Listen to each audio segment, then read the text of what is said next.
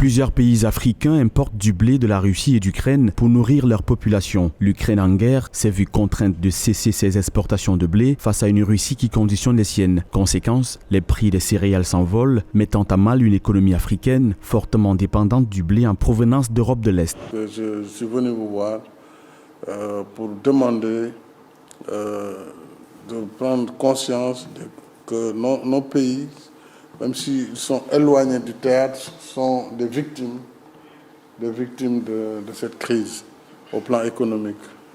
Depuis le début des opérations militaires russes en Ukraine, la tonne de blé s'échange à près de $300 sur les marchés mondiaux. C'est du jamais vu depuis 2011, année des soubresauts politiques dans les pays arabes. En Afrique, de nombreux pays importent chaque année des tonnes de blé d'Europe. Du blé tendre, utilisé essentiellement pour fabriquer du pain, et du blé dur, base de la composition des pâtes alimentaires notamment.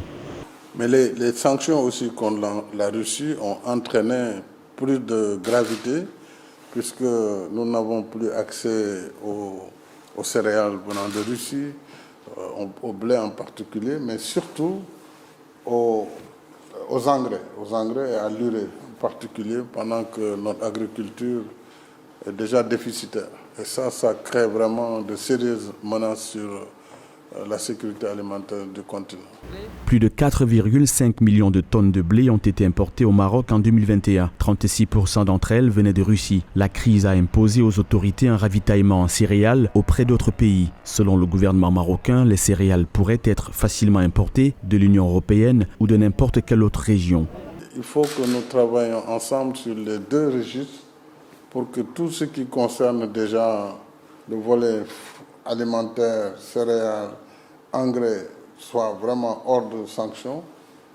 Mais il faut aussi, en même temps, si nous voulons nous aider, Monsieur le Président, que ces sanctions soient levées. En attendant un retour à la normale, des initiatives se multiplient sur le continent. Au Cameroun, par exemple, des alternatives au blé sont de plus en plus visibles. Sur les étals et boulangeries, des pains, des biscuits et autres pâtisseries sont désormais fabriqués à base de farine de manioc et de patates cultivées sur place et accessibles. Au Maghreb, des associations de consommateurs, dont la Fédération marocaine des associations de consommateurs et la Fédération des droits de consommateurs, ont organisé des mouvements pour demander au gouvernement de prendre ses responsabilités face à la hausse des prix.